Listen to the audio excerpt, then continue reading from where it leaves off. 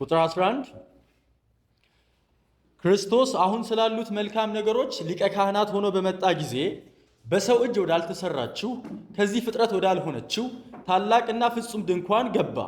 የገባውም የፍየልንና የጥጃዎችን ደም ይዞ አይደለም፣ ነገር ግን የዘላለምን ቤዛነት ሊያስገኝ የራሱን ደም ይዞ ወደ ቅድስተ ቅዱሳን ለአንዴና ለመጨረሻ ጊዜ ገባ። የውጭ አካላት ይነጹ ዘንድ በረከሱ ሰዎች ላይ የሚረጨው የፍየሎችና የኮርማዎች ደም እንዲሁም የፍየሎችና የጊደር አመድ የሚቀድሳቸው ከሆነ በዘላለም መንፈስ አማካኝነት ራሱን ነውር አልባ መስዋዕት አድርጎ ለእግዚአብሔር ያቀረበው የክርስቶስ ደም ሕያው እግዚአብሔርን እንድናመልክ ሕሊናችንን ከሙት ሥራ እንዴት ይበልጥ ያነጻ ይሆን ይላል። እንጸልያለን። አምላካችን እግዚአብሔር ሆይ ከኛ ጋር ስለሆንክ ምሕረት እያበዛህልን ደግሞ በሕይወት መቀጠል እንድንችል እያደረከን ስላለ በቤተ ክርስቲያን በኩል ደግሞ ጸጋን እየሰጠህን ራስ ወደ ሆነው ወደ ክርስቶስ ማደግ እንድንችል እሱን መምሰል እንድንችል እየረዳህን ስላለ እናመሰግንሃለን። ደግሞ ይህ ቅዱስ ቃልህ ለእኛ የሕይወት ምንጭ ነው፣ የሕይወታችን መመሪያ ነው። በዚህ ቅዱስ ቃልህ ልታስተምረን የወደድከውን እንድታስተምረን እና እኛም ደግሞ ልታስተምር የወደድከውን ለመማር ልባችን ዝግጁ እንዲሆን እንድትረዳን እኔ ቅዱስ ቃልህን ስናገር ደግሞ በጥንቃቄና በማስተዋል መናገር እንድችል እንድትረዳኝ ለምንሃለው። ደግሞ እግዚአብሔር ሆይ ጸሎታችንን ውድ በሆነው በልጅ በኢየሱስ ክርስቶስ በኩል ስለምትቀበለን እጅግ አድርገን እናመሰግንሃለን። በኢየሱስ ክርስቶስ ስም አሜን።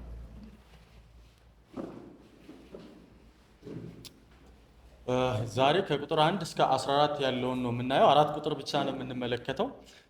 ግን ደግሞ ከምዕራፍ 8 ጀምሮ ያለው ሀሳብ ተያያዥ ስለሆነ በተወሰነ መጠን የምዕራፍ 8ንና ከዛ በፊት የተማርነው ምዕራፍ 9 ከቁጥር 1 እስከ 10 ያለውን አጠር አድርጌ ለማብራራት እሞክራለሁ። ምዕራፍ 8 ላይ ኢየሱስ ክርስቶስ ከብሉይ ኪዳን ካህናት የሚበልጥባቸውን መንገዶች በሶስት መንገድ አሳይቶን ነበር። አንደኛ ኢየሱስ ክርስቶስ ለሚሻል ኪዳን ዋስ ስለሆነ የአዲሱ ኪዳን ክህነት ይበልጣል በማለት የኢየሱስ ክርስቶስ ክህነት ብሉይ ኪዳን ላይ ካሉት ካህናት የሚበልጥ እንደሆነ አሳይቶን ነበር። ሁለተኛ በሚሻለው ቤተ መቅደስ ውስጥ አገልጋይ ስለሆነ የኢየሱስ ሊቀ ክህነት ይበልጣል የሚለውን ተመልክተን ነበር። ሶስተኛ በሚሻል መስዋዕት አገልጋይ ስለሆነ የኢየሱስ ሊቀ ክህነት ይበልጣል የሚለውን ተመልክተን ነበር። ከዛ ምዕራፍ 9 ላይ ደግሞ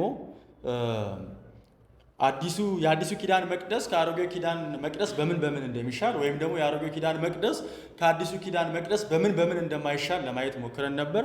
ለሱ ደግሞ ግራውንድ እንዲሆነን ምዕራፍ 8 ቁጥር 13 ላይ የመጨረሻው ቁጥር ላይ ያፈጀው ሊጠፋ ተቃርቧል ብሎ ስለ መቅደሱ እንዳወራ ተመልክተን ነበር። ከዛ መቅደሱ ይፈርሳል፣ መቅደሱ ይጠፋል። ለምን?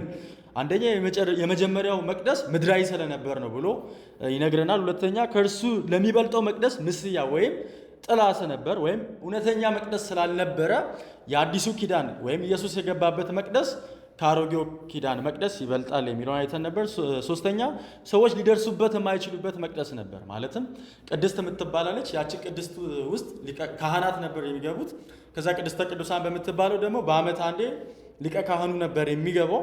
ስለዚህ የእስራኤል ማህበረሰብ እግዚአብሔር ይገኛል ተብሎ በሚታሰበው መቅደስ ውስጥ መግባት እንደማይችሉ ተመልክተን ነበር። ስለዚህ ይሄ አሮጌው መቅደስ የሚጠፋበት የሚሻርበት ምክንያት ሰዎችን ወደ እግዚአብሔር መገኘት ማቅረብ አልቻለም። ይልቁንም ወደዛ መቅደስ የሚገቡ ማንም ሰው ካለ እንደሚሞት እንደሚቀሰፍ ተመልክተን ነበር። አራተኛ ደግሞ የአሮጌው ኪዳን መቅደስ ጊዜያዊ ስለነበር ወይም ደግሞ የሚሻር ስለነበረ ጠፊ ስለነበር ከአዲሱ ኪዳን መቅደስ ወይም ኢየሱስ ከገባበት መቅደስ የማይሻል ነው የሚለውን አይተን ነበር። አምስተኛ ደግሞ አገልግሎቱ ውጫዊ እንጂ ውስጣዊ አልነበረም የሚለውን ተመልክተን ነበር። ሰዎች ራሳቸውን ለማንጻት የተለያዩ ሃይማኖታዊ ስርዓቶችን ሲያደርጉ እንደነበር ተመልክተን ነበር። ስለዚህ የአሮጌው ኪዳን መቅደስ ከአዲሱ ኪዳን መቅደስ አይሻልም፣ ደግሞም የሚጠፋ ነው። ደግሞ ሰዎችን ወደ እግዚአብሔር መገኘት ማስገባት አልቻለም። ደግሞም ምድራዊ ነው ማለት በሰዎች የተተከለ እና ሊጠፋ የሚችል አይነት ነገር እንደሆነ ተመልክተን ነበር። ዛሬ በእነዚህ በአራቱ ቁጥሮች ውስጥ 5 ደግሞ የኢየሱስ ክርስቶስ ልህቀት ገጽታዎችን እንመለከታለን። በፊት የተመለከትነው መቅደሱ ነበር፣ ኢየሱስ የገባበት መቅደስ ነበር። አሁን ደግሞ ኢየሱስ ራሱ ብሉይ ኪዳን ላይ ካሉት ከየትኛውም ሃይማኖታዊ ስርዓቶች የሚልቅበትን 5ቱን ገጽታዎች እንመለከታለን። እነዚህ 5ቱ ገጽታዎች አንደኛ ክህነቱ ነው። የኢየሱስ ክርስቶስ ክህነት እንዲልቅ አድርጎታል። ሁለተኛ ደግሞ ኢየሱስ ክርስቶስ የገባበት መቅደሱ ኢየሱስን እንዲልቅ አድርጎታል። ሶስተኛው መስዋዕቱ ነው። ኢየሱስ ያቀረበው መስዋዕት እንዲልቅ አድርጎታል። አራተኛው ደግሞ መስዋዕቱን ያቀረበበት መንገድ፣ መስዋዕቱን ያቀረበበት ወይ ማለት ነው አቅርቦት የምንለው ማለት ነው። አምስተኛ ደግሞ ውጤቱ ነው። ስለዚህ ኢየሱስ ክርስቶስ በእነዚህ በአምስቱ መንገዶች የሚልቅ እንደሆነ በእነዚህ በአራቱ ቁጥሮች ውስጥ እንመለከታለን። በክህነቱ፣ በገባበት መቅደስ፣ ባቀረበው መስዋዕቱን ባቀረበበት መንገድና ባስገኘው ውጤት ኢየሱስ ክርስቶስ እንዴት እንደሚልቅ ለመመልከት እንሞክራለን ማለት ነው። ስለዚህ ይህንን ቁጥር በቁጥር እንመለከታለን። አንደኛ ኢየሱስ ክርስቶስ የላቀበትን ክህነት እንመለከታለን። ይህን ቁጥር 11 ላይ ነው የምናየው። ኢየሱስ ክርስቶስ የሚልቅበት የክህነት መንገድ እንዴት ነው ካልን የተሰጡ መንፈሳዊ ነገሮችን እውን እንዲሆኑ በማድረግ ከብሉይ ኪዳን ካህናት ኢየሱስ ክርስቶስ ይልቃል። ብሉይ ኪዳን ላይ የተሰጡ ተስፋዎች አሉ፣ ፕሮሚሶች አሉ። እነዛን ፕሮሚሶች እውን እንዲሆን ያደረገው ወደ መሬት እንዲመጣ ያደረገው ኢየሱስ ክርስቶስ ነው። ከዚህ የተነሳ ኢየሱስ ክርስቶስ ከብሉይ ኪዳን ካህናት ወይም ሊቀ ካህናት ይበልጣል። ቁጥር 11 ክርስቶስ አሁን ስላሉት መልካም ነገሮች ሊቀ ካህናት ሆኖ በመጣ ጊዜ ይላል። አሁን ያሉ መልካም ነገሮች አሉ። ለነዛ መልካም ነገሮች ደግሞ ኢየሱስ ክርስቶስ ሊቀ ካህናት ሆኖ ነው የመጣው ይለናል። ግን መጠየቅ ያለብን ጥያቄ ኢየሱስ ክርስቶስ መጥቷል፣ ሰው ሆኖ መጥቷል። ግን ደግሞ ሰው ሆኖ ሲመጣ ኢየሱስ ክርስቶስ በነቢይነት መልኩ ተገልጿል። ከዛ በካህን መንገድ ተገልጿል። በንጉሥ መንገድ ደግሞ ኢየሱስ ተገልጿል። እነዚህ ሶስቱን ኦፊሶች ይዞ ነው የመጣው እና ለምንድን ነው የዕብራውያን ጸሐፊ እዚህ ጋር ኢየሱስ ክርስቶስ ሊቀ ካህን ሆኖ መጥቷል ብሎ መግለጽ ያስፈልጋል? ወይም ኢየሱስ ክርስቶስ ሊቀ ካህን መሆን ያስፈልገው ለምንድን ነው የሚለውን የጠየቅን እንደሆነ የሰው ልጅ ዋናው ፕሮብሌም ኃጢአት ስለሆነ ነው። የሰው ልጅ ትልቁ ፕሮብሌም ሰውን ከእግዚአብሔር ለመለየት ምክንያት የሆነው ደግሞ ሰው ላይ ዘላለማዊ ፍርድና ቅጣትን ለማስመጣት ምክንያት የሆነው ትልቁ ፕሮብሌም ኃጢአት ስለሆነ ብሉይ ኪዳን ላይ ደግሞ ከኃጢአት ጋር በተያያዘ ኃጢአትን ከመሸፈን ወይም ደግሞ ሙሉ በሙሉ ከኃጢአት ጋር በተያያዘ አገልግሎት የነበራቸው ካህናቱ ወይም ሊቀ ካህናት ነበሩ። ስለዚህ ኢየሱስ ክርስቶስ ሊቀ ካህን ሆኖ መጥቷል ሲል የሰው ልጅ ትልቁ ፕሮብሌም ኃጢአት ነው። ስለዚህ ያንን ኃጢአት ሊያስወግድ መጥቷል እያለ ዕብራውያን ምዕራፍ 5 ከዚህ በፊት አይተናል። ቁጥር 1 ላይ እያንዳንዱ ሊቀ ካህናት ከሰዎች መካከል ይመረጣል፣ የእግዚአብሔር በሆነውም ነገር ላይ ሰዎችን በመወከል ለኃጢአት የሚሆን መባና መስዋዕትን ለማቅረብ ይሾማል። እርሱ ራሱ ድካም ያለበት በመሆኑ አላዋቂ ለሆኑት ለሚባዝኑት ሊራራላቸው ይችላል። ስለ ራሱ ኃጢአትና ስለ ሌሎች ሰዎች ኃጢአት መስዋዕት ማቅረብ የተገባው በዚህ ምክንያት ነበር ይላል። ብሉይ ኪዳን ላይ ያሉ ሊቀ ካህናት ከሰዎች መካከል ይመረጣሉ፣ በእግዚአብሔር በሆነው ነገር ላይ ሰዎችን በመወከል ደግሞ ይሾማሉ። ግን የሚሾሙበት ፐርፐዝ ምንድነው ሲል ደግሞ የኃጢአትን መባና መስዋዕትን ለማቅረብ ነው። ያንን ሲያደርጉ ደግሞ ስለ ራሳቸውም ደግሞም ስለ ሕዝቡም ኃጢአት መስዋዕት ያቀርባሉ ይላል። ስለዚህ ኢየሱስ ክርስቶስ ሊቀ ካህናችን ነው ወይም ደግሞ ሊቀ ካህናችን ሆኖ መጥቷል ሲል የኃጢአታችንን ፕሮብሌም በተመለከተ ሊያስወግድ የመጣ ከእግዚአብሔር ዘንድ የተላከ ካህናችን ነው እያለ ነው። ግን ኢየሱስ ክርስቶስ ሊቀ ካህናችን ነው ሲል ኃጢአታችንን ያስወግዳል ብቻ አይደለም እያለ ያለው፣ ወይም ደግሞ የኃጢአታችንን ፕሮብሌም ይፈታል ብቻ አይደለም የሚለው። እንድች የምትል ቃል አለች፣ አሁን ላሉት መልካም ነገሮች ሁሉ ነው የሚለው። ስለዚህ ኢየሱስ ክርስቶስ ሊቀ ካህናችን ብቻ ሳይሆን ማለትም ኃጢአታችን ሊያስወግድ ብቻ ሳይሆን የመጣው ሌሎች መልካም ነገሮችን በሙሉም ሊሰጠን የመጣው እያለ። በእርግጥ ኃጢአትን ማስወገድ እንደ አንድ መልካም ነገር ልንወስድ እንችላለን፣ ግን በፕሉራል ነው እዚህ ጋር የጠቀሰው። መልካም ነገሮችን ሁሉ ብሎ ነው የገለጸው። ስለዚህ ኢየሱስ ክርስቶስ ኃጢአትን ያስወግዳል፣ ግን ኃጢአትን ማስወገድ ብቻ አይደለም፣ ከእግዚአብሔር ዘንድ የተሰጡንን ፕሮሚሶች በሙሉ የእኛ እንዲሆን ያደርጋል። ለምሳሌ ምዕራፍ 2 ቁጥር 10 ላይ ከዚህ በፊት ተመልክተን ነበር። ሁሉ ነገር ለእርሱና በእርሱ የሚኖር እግዚአብሔር ብዙ ልጆችን ወደ ክብር ለማምጣት የድነታችን መስራች በመከራ ፍጹም ሊያደርገው የተገባ ነበር ይላል። ስለዚህ ኢየሱስ ክርስቶስ መልካም ነገሮችን ያስገኝልናል ስንል ኃጢአታችንን ያስወግዳል ብቻ ሳይሆን እኛንም ደግሞ ወደ ክብር ያመጣል እያለ ነው። ኃጢአት ካለበት ዓለም ነፃ ያወጣንና ወደ ግሎሪፊኬሽን ያስገባናል እያለ ነው። እርሱ ብቻ አይደለም። ምዕራፍ 4 ቁጥር 16 ላይ እንግዲህ ምሕረት እንድንቀበልና በሚያስፈልገንም ጊዜ የሚረዳንን ጸጋ እንድናገኝ ወደ ጸጋው ዙፋን በእምነት እንቅረብ ደግሞ ይላል። የእግዚአብሔር ዙፋን አሁን የፍርድ ዙፋን አይደለም፣ የጸጋ ዙፋን ነው። ስለዚህ ሰዎች በእምነት ወደ እሱ ሲቀርቡ ከእግዚአብሔር ዘንድ ምህረትንና ጸጋን ይቀበላሉ እያለ ነው። ምን እያለ ነው? ምህረት ማለት የሚገባንን ነገር አለማግኘት ነው። ጸጋ የሚለው ደግሞ የማይገባንን ነገር መስጠት ነው። ምን እያለ ነው የዕብራውያን ጻፊ? ክርስቶስ የኛ ሊቀ ካህናችን ስለሆነ ኃጢአታችንን አስወግዷል። ኃጢአትን ማስወገድ ብቻ ሳይሆን ከእግዚአብሔር ዘንድ የምንቀበለውም ጸጋ አለ እያለ ነው። ስለዚህ ኢየሱስ ክርስቶስ በአክቲቭ እና በፓሲቭ ኦቢዲየንስ የእኛን ኃጢአት አስወግዷል፣ ደግሞም የእሱንም ጽድቅ ሰጥቶናል።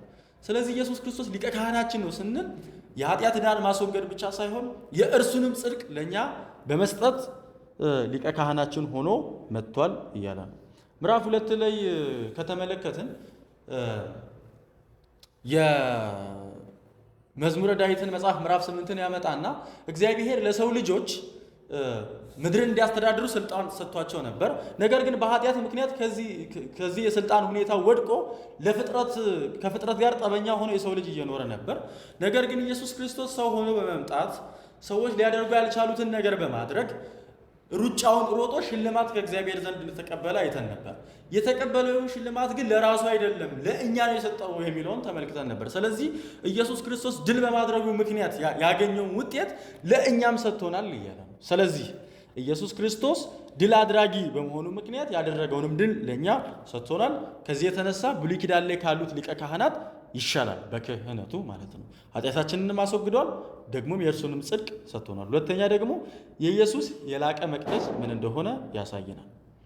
ያንን መቅደስ ሲገልጽልን እዚሁ ቁጥር 11 ለብለን ከከፈል ነው ወደ ታላቅና ፍጹም መቅደስ ገባ ነው የሚለው። ኢየሱስ የገባበት መቅደስ አንደኛ ታላቅ ነው ይለናል፣ ሁለተኛ ደግሞ ፍጹም ነው ይለናል። ታላቅ ነው ወይም ደግሞ ፍጹም ነው የሚለውን የሚያብራራልን በእጅ ያልተሰራ ነው ወይም ደግሞ ከዚህ ፍጥረት ያልሆነ ነው ይለናል። ከዚህ በፊት ስንማር የእስራኤል ማህበረሰብ ገንዘባቸውን ጉልበታቸውን አዋጥተው በእስራኤል የተመሰረተችው መቅደስ በምድር እንደተከሉ ተመልክተን ነበር። በምድር መተከሉን ደግሞ ስንመለከት የሚፈርስ መሆኑን የሚያመለክት ነው የሚለውን አይተን ነበር። ኢየሱስ ክርስቶስ ግን የገባበት መቅደስ በሰው እጅ ያልተሰራች ደግሞ በሰማይ ያለች መቅደስ ናት ብሎን ተናግሮን ነበር። በሰማይ ያለችው መቅደስ እና በምድር ያለችው መቅደስ ልዩነቱን ስንመለከት ምድር ላይ ያለችው መቅደስ የእግዚአብሔርን ክብር ሪፕሬዘንት የምታደርግ ናት እንጂ ሙሉ በሙሉ የእግዚአብሔር ክብር የሚገለጥባት መቅደስ እንዳልሆነ አይተን ነበር። ስለዚህ ሊቀ ካህናቱ ወደ መቅደስ ሲገቡ የምርም ሙሉ በሙሉ የእግዚአብሔር ክብር ወደሚገለጥበት ስፍራ አይደለም የገቡት።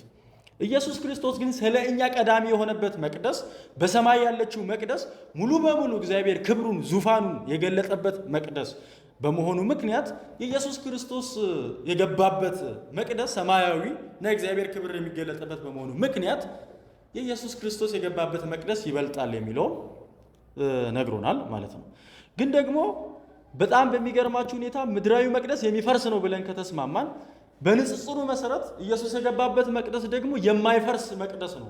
ምክንያቱም በእጅ ያልተሰራችና በራሱ በእግዚአብሔር የተተከለች መቅደስ ስለሆነች ይሄ ኢየሱስ እኛን ይዞ በመግባቱ ምክንያት ወይም ደግሞ ኢየሱስ ስለኛ ቀዳሚ ሆኖ በመግባቱ ምክንያት አንድ የሚሰጠን ሆፕ አለ። ይሄ መቅደስ የማይፈርስ ስለሆነ ይሄ አዲሱ ኪዳን ኢየሱስ የገባበት መቅደስ ልንተማመንበት የሚገባ መቅደስ ነው እያለ ነው፣ ወይም አሹራንስ ኦፍ ሳሊቬሽን እየሰጠ ነው። ምክንያቱም ምዕራፍ 8 ላይ ያፈጀው ሊጠፋ ተቃርቧል ብሎ ተናግሮ ነበረ። ነገር ግን ኢየሱስ የገባበት መቅደስ የማይጠፋ መቅደስ ስለሆነ እኛም ደግሞ እሱን ተከትለን የቀባንበት መቅደስ ስለሆነ ልንተማመንበት ይገባል። ከዚህ የተነሳ ኢየሱስ የገባበት መቅደስ ከአሮጌው ኪዳን መቅደስ ይልቃል። ግን ኢየሱስ ክርስቶስ የገባበት መቅደስ አይሻርም አይጠፋም ብለን ስንል ለምንድን ነው? ምክንያቱ ከምን የተነሳ ነው ካልን እዚህ ጋር እንደሚገልጽልን ታላቅና ቀጥሎ ያለችው ቃል ፍጹም የሆነች መቅደስ ይላል። ይሄ መቅደስ እንከን ያልተገኘበት መቅደስ ነው። አሮጌው ኪዳን ላይ ግን ያለው መቅደስ እንከን ያለበት መቅደስ ነው። እግዚአብሔር በሚቀርበው መስዋዕት ደስ አልተሰኘም። እግዚአብሔር በሚያቀርቡት አካላት ካህናቱ መቅደስ ሊቀ ካህናቱና በካህናቱ ደስ አልተሰኘም። ደግሞ እሱ ብቻ ሳይሆን በመቅደሱም እግዚአብሔር ደስ አልተሰኘም። መቅደሱን አርክሰውት ስለነበር ማለት ነው። ስለዚህ ብሉይ ኪዳን ላይ ያለው መስዋዕቱም የረከሰ ነው። መስዋዕት አቅራቢዎቹም የረከሱ ናቸው። ደግሞ መስዋዕት የሚቀርብበትን መቅደስ የረከሰ ነው። አዲስ ኪዳኑን ግን ከተመለከትን መስዋዕት አቅራቢው ኢየሱስ ክርስቶስ ተንኮል የሌለበት ንጹሕ የእግዚአብሔር በግ እንደሆነ ይነግረናል። እሱ ብቻ ሳይሆን የሚቀርበውን መስዋዕት ደግሞ እግዚአብሔር የተቀበለው መስዋዕት ነው። እሱ ብቻ ሳይሆን መስዋዕቱን ይዞ የገባበትን መቅደስ ደግሞ ፍጹም የሆነ መቅደስ ነው። ፍጹም ከመሆኑ የተነሳ እግዚአብሔር ይህኛውን ሰማያዊ መቅደስ ሊያፈርሰው አይችልም። ከዚህ የተነሳ ልንተማመንበት የሚገባ መቅደስ ነው ይላል። ለምንድን ነው ግን ይሄ ያፈጀው መቅደስ መጥፋቱን ከማይጠፋው የአዲሱ ኪዳን መቅደስ ጋር ማነጻጸር ያስፈልግ ነው ካልን እንደኛ አይደለም። እኛ አሁን በቃ በክርስቲያን ማህበረሰብ ውስጥ ያደግነው ወይ ፕሮቴስታንት ስንሆን ገብቶን ነው የሆነው። በተለያዩ ምክንያቶች ክርስቲያን ሆነናል። በዛን ዘመን ግን መስዋዕት ይቀርብ ነበር፣ መቅደሱ ነበር። የዕብራውያን ጸሐፊ መልእክቱን በሚጽፍበት ጊዜ 70 ኤዲ ላይ ነው የፈረሰው። ይሄ መጽሐፍ የተጻፈው ደግሞ ከ70 ኤዲ በፊት ነው። ያ መቅደስ ስለነበር የምርም መስዋዕት ይዘው ይቀርቡ ነበር። ይዘው የሚቀርቡ በነገራችን ላይ የማያምኑ እስራኤላውያን ብቻ እንዳይመስላችሁ። ክርስቶስን አምኛለሁ የሚሉ ሰዎች የክርስቶስንም ደም ይቀበላሉ፣ ደግሞ የሚቀርበውንም መስዋዕት ይቀበላሉ። ስለዚህ ቻሌንጂንግ ነበር ማለት ነው። አሁን እየተቃወመ ያለው ልክ እኛ በቀላሉ ሌላ መስዋዕት አያስፈልግም እንደምንለው አይነት አይደለም። በዘመኑ ፕሮብሌም ነበር። ይሄ እንኳን የዕብራውያን ደብዳቤ እነሱ አልነበራቸውም በሰዓቱ። እኛ ቢያንስ የዕብራውያንን መልእክት እናያለን፣ ሌሎች የአዲስ ኪዳን መልእክታትን ይዘን ከክርስቶስ ኢየሱስ መስዋዕት ውጪ ሌላ መስዋዕት አያስፈልግም ብለን እንቃወም ይሆናል። ግን በዘመኑ ይሄ መልእክት የሚጻፍላቸው ሰዎች የክርስቶስንም ደም ያምናሉ፣ ደግሞ የሚቀርበውም የእንስሶችና የኮርማዎችንም ደም ያምናሉ። ከዚህ የተነሳ ነው ይሄ መቅደስ ይጠፋል። እግዚአብሔር ይህንን መቅደስ ሪጀክት አድርጎታል። ሪጀክት ያላደረገውና ሙሉ በሙሉ የተቀበለው መቅደስና መስዋዕት የክርስቶስ ነው በማለት ማብራራት ያስፈልገው ከዚህ የተነሳ ነው። ስለዚህ ኢየሱስ ክርስቶስ የገባበት መቅደስ የላቀ መቅደስ ነው የሚለውን ያሳያል። ሶስተኛ ደግሞ የኢየሱስ የላቀ መስዋዕትን እንመለከታለን። ቁጥር 12 ላይ አስቀድሞ ክህነቱ የላቀ ነው የሚለውን አይተናል። ሁለተኛ ደግሞ የገባበት መቅደስ የላቀ ነው የሚለውን አይተናል። ሶስተኛ ደግሞ የምናየው ኢየሱስን ያላቀው መስዋዕቱን እንመለከታለን። ቁጥር 12 የገባው የፍየልና የጥጆችን ደም ይዞ አይደለም፣ ነገር ግን የዘላለምን ቤዛነት ሊያስገኝ የራሱን ደም ይዞ ወደ ቅድስተ ቅዱሳን ለአንዴና ለመጨረሻ ጊዜ ገባ ይላል። አንዳንድ ቃላቶችን ወደ ታች እዛ ጋር አብራራለሁኝ። የኢየሱስ ክርስቶስ መስዋዕት የላቀ የሆነበት ምክንያት ምንድን ነው? አንደኛ የራሱን ደም ይዞ የገባ ስለሆነ ነው። ብሉይ ኪዳን ላይ ያሉት ሊቀ ካህናት ወይም ካህናት ይዘው የሚገቡት የፍየሎችንና የጥጆችን ደም ይዘው ነበር። ኢየሱስ ክርስቶስ ግን ይዞ የገባው የፍየሎችንና የጥጆችን ደም ይዞ ሳይሆን የራሱን ደም ይዞ ነው የገባው። ይህ ደግሞ የክርስቶስ ፍቅር ምን ያህል ታላቅ እንደሆነ ያሳየናል። እነዛ አካላት ሲቀርቡ ይዘው የሚቀርቡት ለሕዝቡ ራሳቸውን መስዋዕት አድርገው አይደለም፣ ይልቁንም ከእነሱ ውጭ ያለን ነገር መስዋዕት አድርገው ያቀርባሉ። ኢየሱስ ክርስቶስ ግን ራሱን መስዋዕት አድርጎ በማቅረቡ ስለ ሰው ልጆች ኃጢአት የኢየሱስ ክርስቶስ ሊቀ ክህነት ወይም ደግሞ መስዋዕት እንዴት የሚበልጥ እንደሆነ ያሳየናል ማለት ነው። ግን አሁን ባቀረብኩት አርጊመንት ላይ ኦንሊ ጂሰሶች የሚያቀርቡት ሌላ አርጊመንት አለ። እግዚአብሔር ፍቅር ነው ብለን የምናስብ ከሆነ ስለኛ ኃጢአት ራሱን አሳልፎ ሊሰጥ ነው እንጂ የሚገባው ልጁን ታልፎ እንዲሰጥ አያደርግም ብሎ ይሞግታሉ። ማለት እናንተ የምትሉት እግዚአብሔር ፍቅር አይደለም ብሎ ነው የሚሞግቱት። ይህንን የሚያደርግ ከሆነ ማለትም እግዚአብሔር ራሱን ስለኛ አሳልፎ ማይሰጥ ከሆነ አብ እና ደግሞ ልጁ ኢየሱስ ክርስቶስን ስለኛ ታልፎ እንዲሰጥ ከሆነ ፍቅር ነው ማለት እንዴት እንችላለን ብሎ ይሞግታሉ። ሌላውን ካሰቀለ ወይም ሌላው እንዲሰቀል ካደረገ ኢየሱስን እንዲሰቀል ካዘዘው ፍቅር ነው እንዴት ልልን እንችላለን ብሎ ይሞግታሉ። ስለዚህ ሰው ሆኖ ራሱን አሳልፎ የሰጠው አብ ነው የሚል ሙግት ያቀርባሉ። ማለትም የፍቅር መገለጫ እነሱ እንደ አርጊመንት የሚያቀርቡት ራስን አሳልፎ መስጠት ነው። እግዚአብሔር ደግሞ ፍቅር ነው ብላችሁ የምታምኑ ከሆነ ራሱን አሳልፎ መስጠት እንጂ ራሱን የማያስነካ ራሱን የማያስደፍር ግን ኢየሱስ ክርስቶስን እንዲቀጣ ካዘዘውና አሳልፎ ከሰጠ እግዚአብሔር ፍቅር ነው ማለት አንችልም ብለው ይሞግታሉ። ግን እነዚህ ሙግት ምንም አይረባ ሙግት እንደሆነ መመልከት እንችላለን። አንደኛ እነሱን መጠየቅ ያለብን ጥያቄ እነሱ አብ ነው ወደ ምድር መጥቶ ራሱን በመስጠት ፍቅሩን የገለጠው የሚሉ ከሆነ አብ ሰው እስኪሆን ድረስ ፍቅር አልነበረም ወይ የሚለው መጠየቅ አለብን። ምክንያቱም ራሱን አሳልፎ መስጠቱ ነው ፍቅር እንዲሆን ያደረገው ብለው የሚሉ ከሆነ ኢየሱስ አብ ሰው ከመሆኑ በፊት ፍቅር አልነበረም ወይ የሚለውን ጥያቄ መጠየቅ አለብን። ግን በተቃራኒው ነው፣ እሱ ራሱ ፍቅር ስለሆነ ነው ወደ ምድር መምጣት ያስፈለገው መሞት ያስፈለገው ሰው መሆን ያስፈለገው እንጂ ልክ ሰው ሲሆን አይደለም ፍቅር የሆነው ማለት ነው። ስለዚህ ይሄ የማይረባ ሙግት ነው። እግዚአብሔር ፍቅር ነው። ዮሐንስ 4:8 ላይ የሚናገር እግዚአብሔር ፍቅር ነው ስንል እግዚአብሔር በመሆኑ ፍቅር ነው እያለ ፍጥረት ከመፈጠሩ በፊት ሰው ሆኖ ወደ ምድር ከመምጣቱና ስለ ሰው ልጆች ኃጢአት ከመሞቱ በፊት እግዚአብሔር ፍቅር ነው። ስለዚህ እግዚአብሔርን ፍቅር እንዲሆን ያደረገው ሰው መሆኑ አይደለም። እግዚአብሔር ፍቅር የሆነው ወይም ደግሞ ፍቅር እንዲሆን ያደረገው ሰው ስለሆነ አይደለም። ወይም ደግሞ ፍቅር ለመሆን ሰው መሆን አይጠበቅበትም። እግዚአብሔር ስለሆነ ፍቅር ነው። እግዚአብሔር ሰው ስላልሆነ ፍቅር አይደለም ማለት እግዚአብሔር ሰው ስላልሆነ እግዚአብሔር አይደለም የሚል አይነት ሙግት ነው። ሁለተኛው ደግሞ እግዚአብሔር ሰው ሲሆን ነው ፍቅር የሆነው የሚል ሙግት ከሆነ የሚያቀርቡ ከሆነ እግዚአብሔር በብሉይ ኪዳን ፍቅር አልነበረም ማለት ነው። ሰው ሆኖ ከመገለጡ አስቀድሞ ከዘፍጥረት እስከ ሚልኪያስ ባለው ውስጥ እግዚአብሔር ፍቅር አልነበረም ማለት ነው። እግዚአብሔር ፍቅር ካልነበረ ደግሞ ሁለተኛው አርጊመንት እግዚአብሔር የሚለዋወጥ ነው ማለት ነው። ፍቅር ካለመሆን ፍቅር ወደ መሆን መጥቷል ማለት ነው። ግን ደግሞ የእግዚአብሔር ባህሪ አንቸንጀብል ነው። እኔ እግዚአብሔር አልለወጥም፣ ስለዚህ እናንተ ያዕቆብ ልጆች የጠፋችሁ አይደላችሁም ይላል። ስለዚህ ይሄኛው ሁለተኛው ሙግት ማቅረብ እንችላለን። ሶስተኛው ግን በጣም ቀላል በሆነ መንገድ የእነሱ ሙግት የሚያፈርሰው ግልጽ በሆነ ሁኔታ እንደውም እግዚአብሔር ልጁን መላኩን ፍቅር መሆኑን መጽሐፍ ቅዱስ የሚገልጽልን አንደኛ ዮሐንስ መልእክት ምዕራፍ 4:9 ላይ እግዚአብሔር ፍቅሩን በመካከላችን የገለጠው እንዲህ ነው ይላል።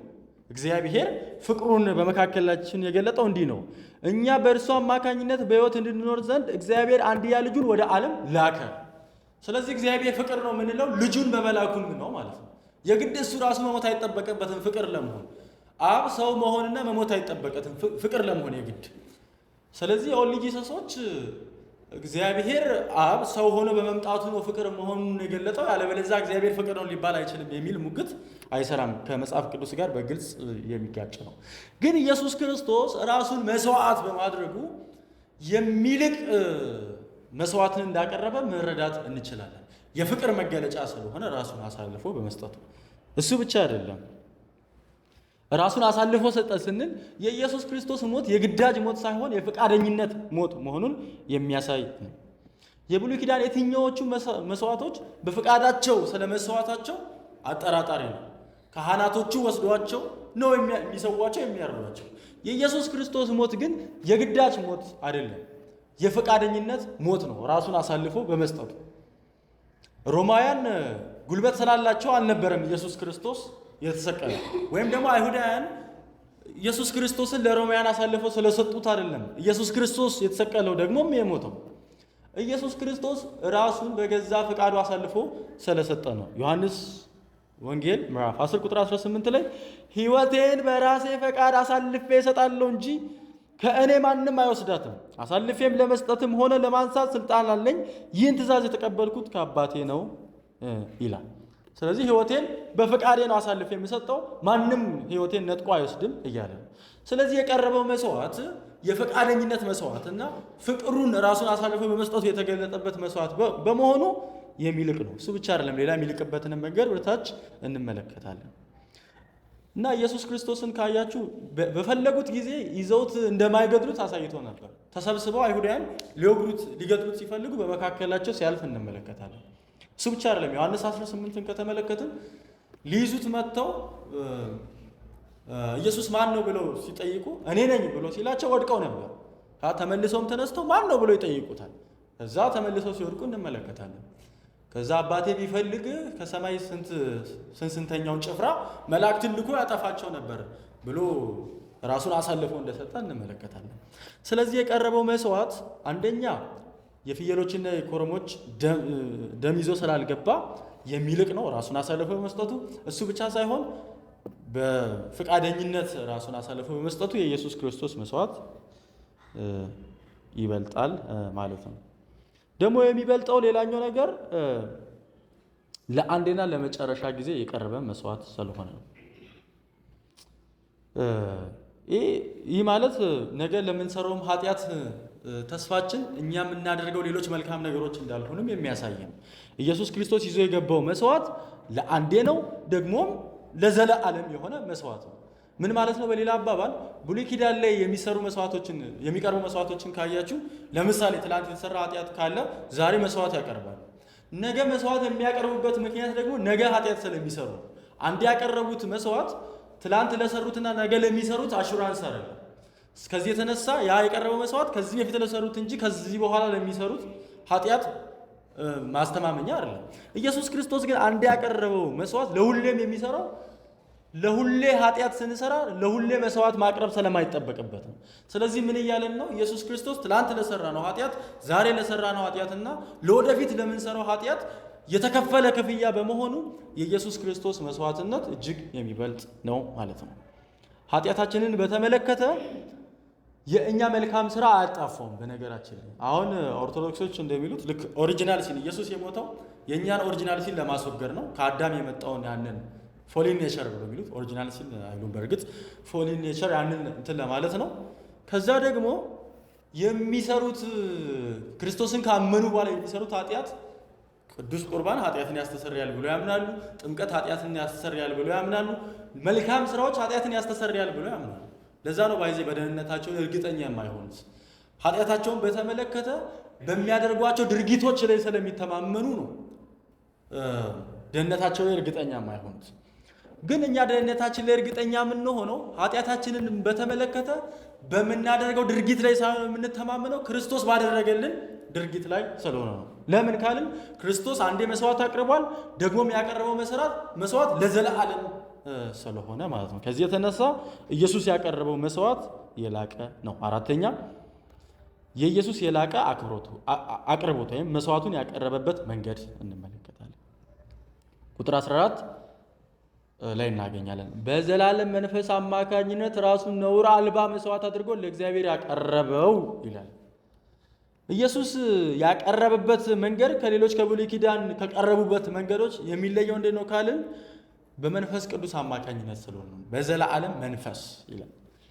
በእርግጥ የዘላለም መንፈስ የሚለው መለኮትነቱን ለማመልከት ነው ብለው የሚሞግቱ ሰዎች አሉ። ምክንያቱም ኢየሱስ መስዋዕት በመሆኑ ሰውነቱን የሚያሳይ ነው። ከዛ ይሄ የዘላለም መንፈስ የሚለው ደግሞ መለኮትነቱን የሚያሳይ ነው ይላሉ። መጥፎ ሙግት አይደለም። ይህንን ሙግት ተከትለን ከሄድን ምናልባትም በመስዋዕትና ከዛ ደግሞ መስዋዕቱን በሚያቀርበው ካህን መካከል ያለው ልዩነት እንድንረዳ ያደርገናል ብዬ አስባለሁ። ግን በዚህ ባለስማማም አሁን በሚያቀርቡት ሙግት ባለስማማም ግን ኢየሱስ ክርስቶስ መስዋዕት ነው ስንልና ሊቀ ካህናችን ነው ስንል ምን እያልን ነው የሚለውን መብራራት መቻል ያለበት ይመስለኛል። አብዛኛው ሰው ኢየሱስ መስዋዕት እንደሆነ ያምናል እንጂ ካህን እንደሆነ አያምንም። ኢየሱስ ክርስቶስ መስዋዕት ነው ስንል ስለ ኃጢአታችን ተቀጥቷል፣ ስለ ኃጢአታችን ደቋል፣ የኃጢአታችንን እርግማን በሙሉ ተሸክሟል እያለ ኢየሱስ ክርስቶስ ደግሞ ሊቀ ካህናችን ወይም ደግሞ ካህናችን ነው ስንል ያንን የቀረበውን መስዋዕት ይዞ በእግዚአብሔር ፊት ስለኛ ሊታይ ዘውትር በፊቱ ይቀርባል ማለት ነው። መስዋዕቱን ይዞ በአባቱ ፊት መግባቱን የሚያሳይ ነው። ብሉይ ኪዳን ላይ ያለውን ስርዓት ካየን መስዋዕት አለ፣ ደግሞ መስዋዕቱንም የሚያቀርብ አካል አለ። ኢየሱስ ክርስቶስ መስዋዕት መሆን ብቻ ሳይሆን መስዋዕቱንም የሚያቀርብ አካል ሆነ። የኢየሱስ ክርስቶስን ሌላ መስዋዕት ሌላ ካህን መጥቶ አይደለም የሚያቀርበው። እሱ ነው መስዋዕት የሆነው፣ እሱ ነው ደግሞ ካህን የሆነው። ለዛ ነው የእግዚአብሔር ጠላቶች ሆነን ሳለን በልጁ ሞት ከታረቀን በኋላ ይልና በሕይወቱማ ማለትም ኢየሱስ ክርስቶስ ከሙታን ተነስቶ በሕይወቱ እኛን ወክሎ በእግዚአብሔር ፊት በመቅረቡ ምክንያት ደግሞ እንዴት ይበልጥ አንድንም ይላል።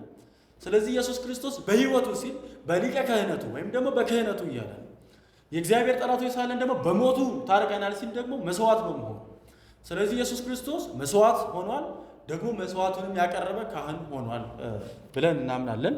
እነዚህ በዘላለም መንፈስ አማካኝነት የሚለው መስዋዕት አድርጎ ራሱን ማቅረቡን ከሊቀ ክህነቱ ጋር የተያያዘ ነው ብለው ያስባሉ።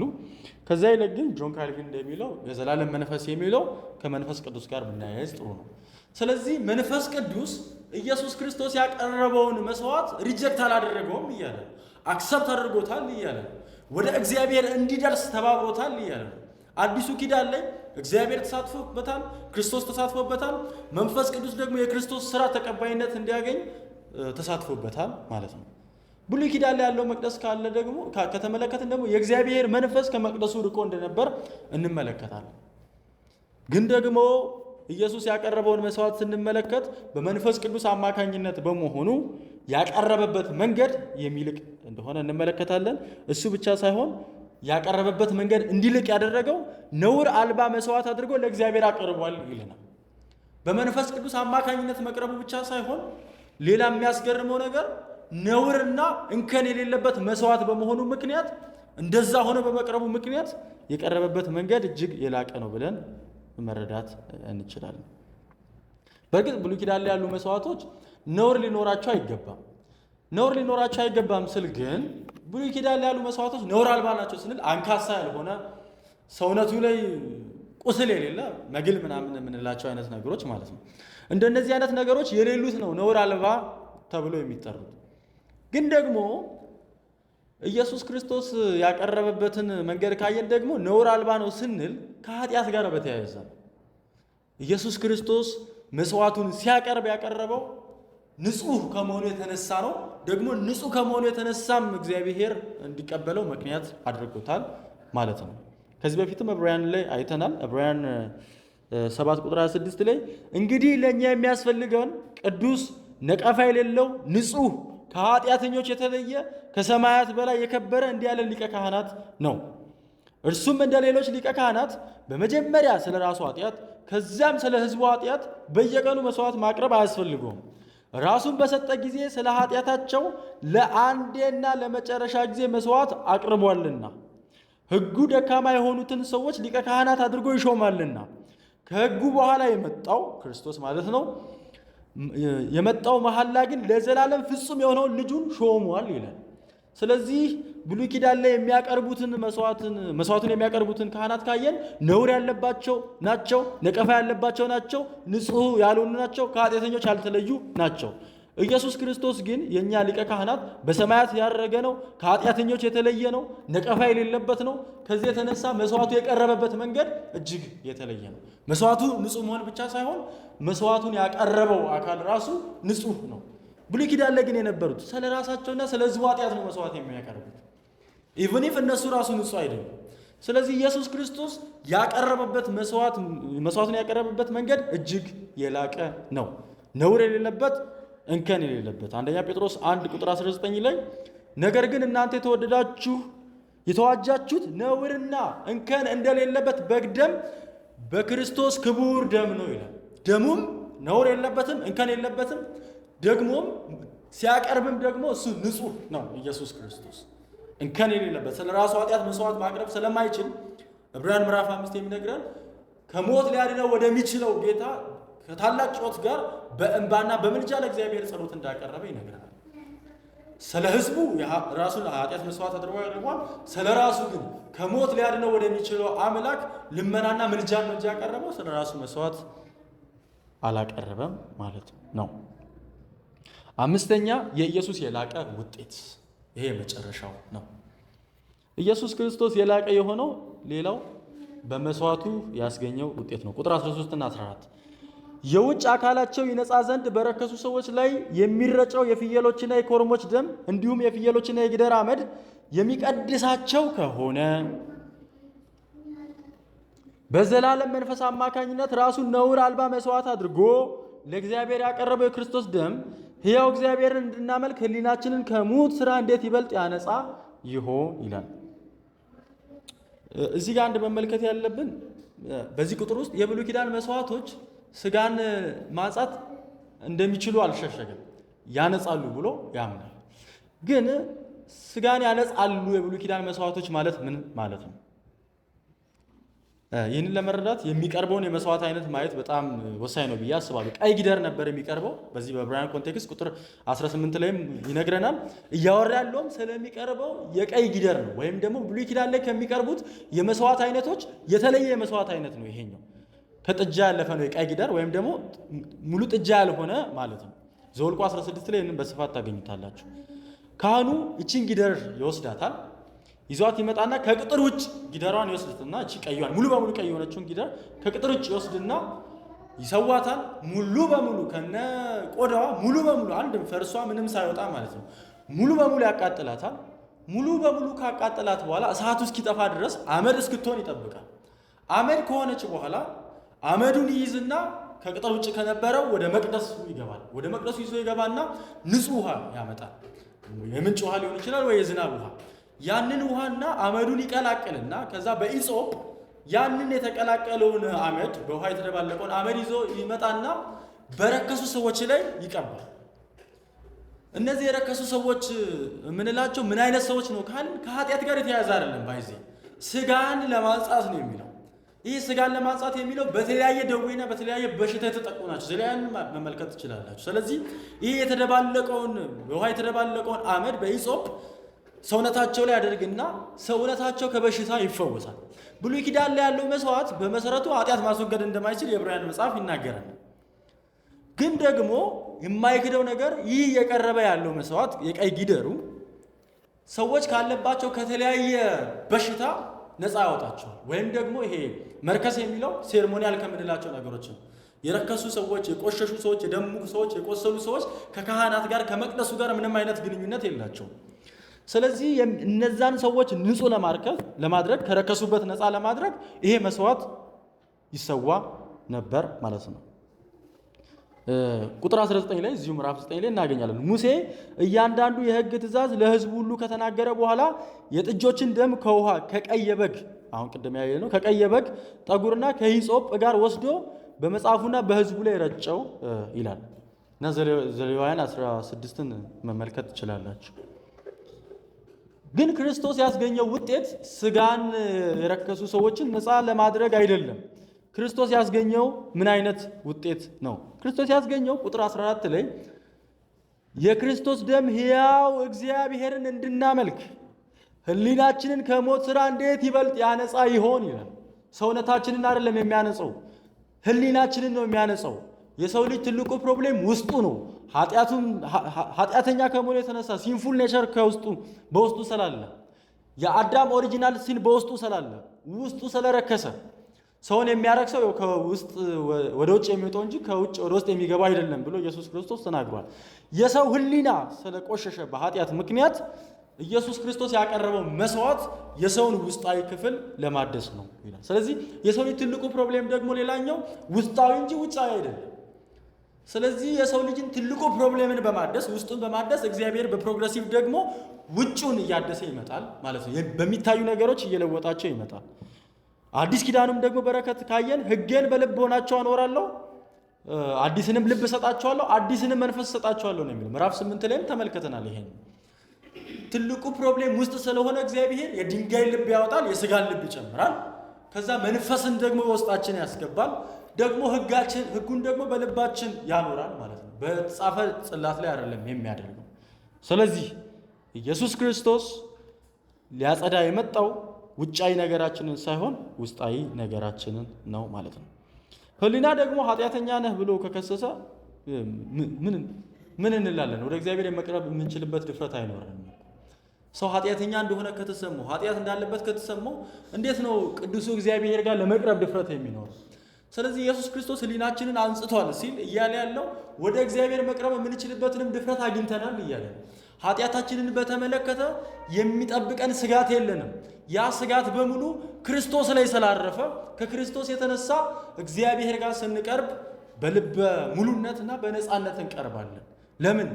ኃጢአታችንን በተመለከተ የሚጠብቀን ክስ የለም እያለ ነው። ወቀሳ የለም እያለ ነው። እንግዲህ በክርስቶስ ኢየሱስ ላሉት አሁን ኩነኔ የለባቸውም ስለሚል ግን ኃጢአታችንን በተመለከተ አንጸጸትም፣ አንወቀስም ምናምን ማለት አይደለም። ማለትም እኛ የሚጸጸተን ታላቁ እግዚአብሔርን በመበደላችን፣ ለእግዚአብሔር ባለመታዘዛችን፣ እግዚአብሔር የኛ አባት ሆኖ ሳለ እሱን የማይመጥነው ኑሮ በመኖራችን እንጸጸታለን፣ እናዝናለን እንጂ የኃጢአታችንን ዕዳ በተመለከተ እየሰጋንና እየፈራን የተንቀጠቀጥን እግዚአብሔር ጋር አንቀርብም። የምንቀርበው በድፍረት ነው፣ ምዕራፍ 10 ላይ እንደሚነግረን ማለት ነው። ግን ይሄንን ሕሊናችንን የሚገልጸው የሞተ ስራ ብሎ ይገልጽልናል ማለት ነው። የሞተ ስራ የሚለው ምዕራፍ 6 ላይ ዕብራውያን ላይ ከዚህ በፊት አይተነው ነበር። ቁጥር 1 ላይ ስለዚህ ስለ ክርስቶስ የተሰጠውን የመጀመሪያውን ትምህርት ትተን ወደ ብስለት እንሂድ፣ ከሞተ ስራ እንሳ ስለመግባትና በእግዚአብሔር ስለማመን እንደገና መሰረትን አንጣል ይላል። የሞተ ስራ ሲል ምን እያለ ነው? ሊያድን የማይችል ስራ ማለት ነው። ብሉይ ኪዳን ላይ የሚያቀርቡት መስዋዕት፣ የሚያደርጉት ሃይማኖታዊ ስርዓቶች፣ ውጫዊ ገጽታዎች የሰው ልጆችን ሊያድን አልቻለም። ስለዚህ ሊያድን የማይችሉ ስራዎች እያለ ነው። ከዛ ደግሞ ከሞተ ስራ በእግዚአብሔር ስለማመን ደግሞ ይለናል መልሶ። ሊያድን ከማይችል ስራ ፊታችንን ሊያድነው ወደሚችለው ወደ እግዚአብሔር ማድረግ መቻል ማለት ነው። ኢየሱስ ክርስቶስ ሕሊናችንን አንጽቷል ሲል ይሄንን እያለ ነው። ስለዚህ ወደ እግዚአብሔር መቅረብ የምንችልበትን ድፍረት በክርስቶስ በኩል አግኝተናል። ያስገኘው ውጤት ይሄ ነው። ውስጣዊ ፕሮብሌማችንን አስወግዷል። ይሄ ነው። እሱ ብቻ ሳይሆን በቁጥር 12 ላይ ደግሞ እንደተገለጸው የዘላለምን ቤዛነት ሊያስገኝ ነው። የኢየሱስ ክርስቶስ ሞት ውጤት ቤዛነቱ ዘላለማዊ ነው ይላል። በኢየሱስ ክርስቶስ የተገኙ በረከቶች ቆይታቸው ጊዜያዊ አይደለም፣ ዘላለማዊ ነው፣ ዘላቂ ናቸው፣ የማይቋረጡ ናቸው። ኢየሱስ ከፍሎልኛል ብሎ ደህንነቴ ዘላቂ አይደለም፣ ደህንነቴ ሊጠፋ ይችላል፣ ደህንነቴ ዘላለማዊ አይደለም ብሎ ማለትና ኢየሱስ የከፈለው ኢየሱስ ስለ ኃጢአቴ ዕዳ ከፍሏል ብሎ ማለት አብሮ የሚሄድ ነገር አለ። አብሮ የሚሄደው ኢየሱስ ክርስቶስ ለእኔ ቤዛዬ ነው ስንል ቤዛነትን ደግሞ ያስገኘልኝ ለዘላለም ነው እያለ ዘላለም ባይ ዲፊኒሽን የሚቆራረጥ ህይወት ማለት አይደለም። ሰው በክርስቶስ ኢየሱስ ህይወት አግኝቶ የዘላለምን ህይወት አግኝቶ የሆነ ሳለ ህይወቱንም የሚያጣ ከሆነ እንዴት ነው ያ ህይወት ዘላለማዊ ነው ብሎ ሊጠራ ይቻላል? በመጀመሪያ ያ ህይወት ዘላለማዊ ነው ስንል ህይወት ከማግኘት ህይወት ወደ አለማግኘት ይሸጋገራል እያልን አይደለም። ያገኘው ህይወት ፐርማነንት ነው፣ ቀጣይነት ያለ ነው፣ ህይወቱ ዘላለማዊ ነው እያለ የዘላለም ህይወት አግኝቻለሁ ብሎ ከዛ ይሄን ህይወት አጥቻለሁ ብሎ ማለት ምኑ ነው?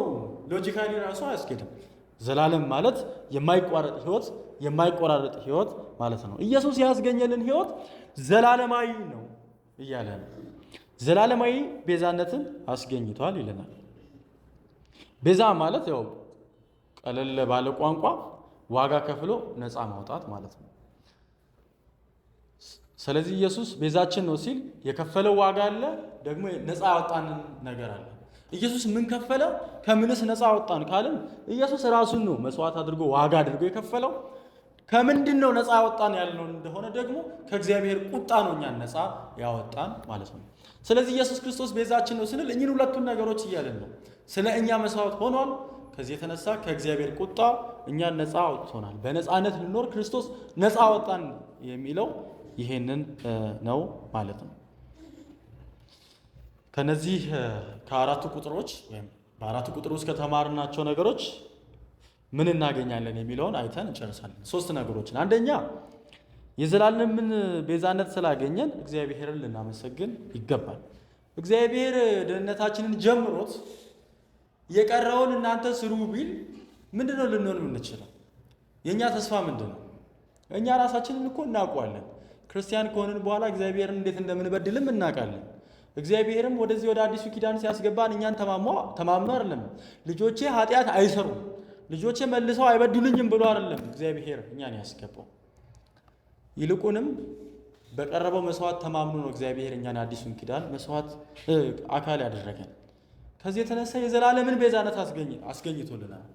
ከዚህ የተነሳ ደግሞ እግዚአብሔርን ልናመሰግን ይገባል። እሱ በመስቀል ላይ ሰርቶ ተፈጸመ ብሎ የጨረሰውና የተጠናቀቀ ህይወት ነው ያለ እንጂ ህይወት ለማግኘት ብለን የምንሰራው አንዳችም ነገር ስለሌለ እግዚአብሔርን ልናመሰግን ይገባል። ሁለተኛ ኃጢአት ስንሰራ ተስፋ ቆርጠን ወደኋላ ልናፈገፍግ አይገባል። ምክንያቱም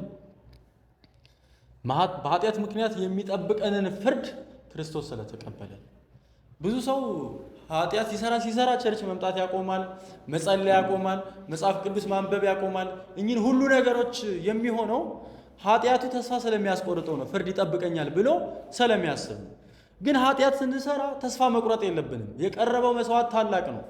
የቀረበው መስዋዕት ታላቅ ከመሆኑ የተነሳ ይልቁንም ጸጋንና ምሕረትን ወደምንቀበልበት ወደ ጸጋው ዙፋን እንድንቀርብ ያስፈልጋል። ኢየሱስ ያቀረበው መስዋዕት በቂና ብቁ ስለሆነ ተስፋ ቆርጠን በእኛ ኃጢአታችን ምክንያት ተሰላይተን ከእግዚአብሔር ልንርቅ አይገባም።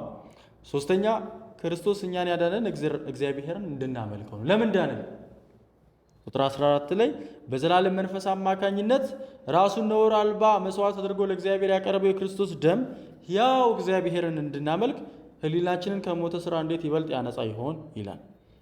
እግዚአብሔርን እንድናመልክ ነው እግዚአብሔር ያዳነን። ይሄ ማምለክ የሚለው ፕሮስኮኒዮ መገዛት፣ ለእግዚአብሔር ሰሚት ማድረግ፣ ሙሉ በሙሉ ለእግዚአብሔር የተገዛ ህይወት ሊኖረን ያስፈልጋል ማለት ነው። እግዚአብሔር አድኖኛል ብሎ ለእግዚአብሔር የማይገዛ ህይወት ውስጥ እንድንኖር አይደለም እግዚአብሔር እኛን ያዳነን። ካዳነን በኋላ በክርስቶስ ኢየሱስ መልካም ስራ እንድንሰራ በክርስቶስ ኢየሱስ የተፈጠረን የእግዚአብሔር እጅ ስራዎች ነን ነው የሚለው ኤፌሶን ላይ። እግዚአብሔር ካዳነን በኋላ እንደፈለጋችሁ ነው አይደለም ያለው፣ እኔን አምልኩ ብሎ እግዚአብሔርን የማምለክ እድል ውስጥ ነው ያስገባል። እግዚአብሔርን ማምለክ በነገራችን በጣም መታደል ነው። እግዚአብሔርን ከሚያመልክ ፋሚሊ ስለተወለድን ቀላል ሊመስለን ይችላል። ጣዖት እኮ የሚያመልኩ ሰዎች አሉ፣ የሰሩትን ጥጃ። እነሱ ልክ እኛ እግዚአብሔርን እንደምናመልከው እኮ ነው እነሱ ጥጃ ምናምን ሌላ ነገር የሚያመልኩት፣ ለሰሩት ነገር የሚገዙላቸው የሚያመልኳቸው። ግን እግዚአብሔርን ማምለክን የመሰለ እድል የለም። እኛን የፈጠረንን አምላክ ማምለክ፣ እኛን የሚያስተዳድረንን አምላክ ማምለክ፣ እኛን እስከ ክብር ሊያደርሰን የሚችለንን አምላክ ማምለክ እጅግ መታደል ነውና እግዚአብሔር ስላዳነን ለእግዚአብሔር በሙሉ መገዛት፣ እግዚአብሔርን ልናመልከው ይገባል። እንጸልይና ጨርሰን እናመሰግንሃለን በልጅህ ስለዋጅህን፣ ሕይወትን ስለሰጠህን፣ ከኃጢአት ቅጣት ስላስመለጥከን ክብር ለአንተ ይሁን። ደግሞ አንተን በሚያመልክ ለአንተ በሚገዛ ማንነት እንድትባርከን እንለምንሃለን። በኢየሱስ ክርስቶስ ስም አሜን።